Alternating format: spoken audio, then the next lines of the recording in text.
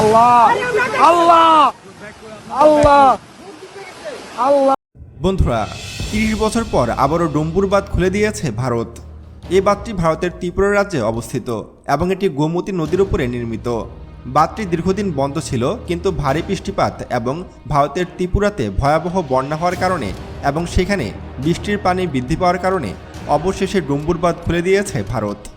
মূলত ভারতের ত্রিপুরা রাজ্যে ভারী বর্ষণের ফলে ডুম্বুর বাঁধের জলধারার পানির স্তর বিপজ্জনকভাবে বেড়ে যায়। বাঁধের উপরে চাপ কমানোর জন্যই মূলত ভারতের কর্তৃপক্ষ দাবি করছে তারা এই বাঁধটি খুলে দিয়েছে, যার ফলে হঠাৎ করে গোমতী নদীতে পানির প্রবাহ বেড়ে যায়। আর গোমতী নদীতে পানির প্রবাহ বৃদ্ধি পাওয়ার কারণে বাংলাদেশের কুমিল্লা, ব্রাহ্মণবাড়িয়া এবং আশেপাশের অঞ্চলে প্রবেশ করেছে। এছাড়াও আশেপাশে যতগুলো নদী রয়েছে প্রত্যেকটি নদীতেই বিপদসীমার উপর দিয়ে পানি প্রবাহিত হচ্ছে। ফলে বাংলাদেশের 18টি জেলাতে নতুন করে বন্যা হওয়ার আশঙ্কা তৈরি হয়েছে। শুধু যে ডুম্বুর বাঁধের কারণে বাংলাদেশে বন্যা সৃষ্টি হচ্ছে তা কিন্তু নয়, ভারতের ত্রিপুরার এই ডুম্বুর বাঁধ ছাড়াও বাংলাদেশেও কিন্তু বর্তমানে ব্যাপক হারে বৃষ্টিপাত হচ্ছে।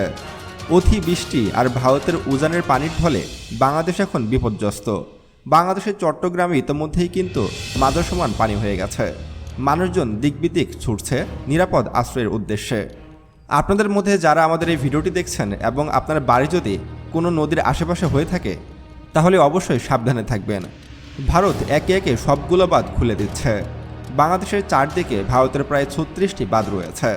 কখন কোন নদীর বাঁধটি ভারত খুলে দেবে তা আমি আপনি কেউই জানি না।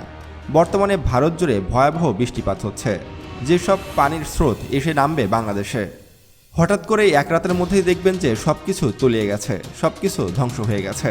তাই আগে থেকে সচেতন হন। বিশেষ করে আপনারা যারা গোমতী নদীর তীরে আছেন তারা অবশ্যই নিরাপদ আশ্রয়ে চলে যাবেন, কারণ ভারত কিন্তু ইতিমধ্যেই তাদের ডুম্বুর বাঁধটি খুলে দিয়েছে। ফলে যে কোনো সময় কিন্তু বন্যায় তুলে যেতে পারে এইসব এলাকা। ডুম্বুর বাঁধটি দীর্ঘ 31 বছর বন্ধ থাকার পরে গত বছর খুলে দিয়েছিল। এবছর নতুন করে আবারও ডুম্বুর বাঁধ খুলে দিয়েছে ভারত। ভারত এইসব বাঁধের মাধ্যমে বাংলাদেশকে প্রচণ্ড কষ্ট দিচ্ছে। গ্রীষ্মকালে ভারত কিন্তু আমাদেরকে পানির সঠিক হিসা দেয় না। ফলে বাংলাদেশ কিন্তু এক প্রকার মরুকরণের মধ্য দিয়ে যায়। কৃষকরা ঠিকমতো তাদের ফসলও ফলাতে পারে না। এক তীব্র কষ্ট দেখা যায় পুরো বাংলাদেশ জুড়ে।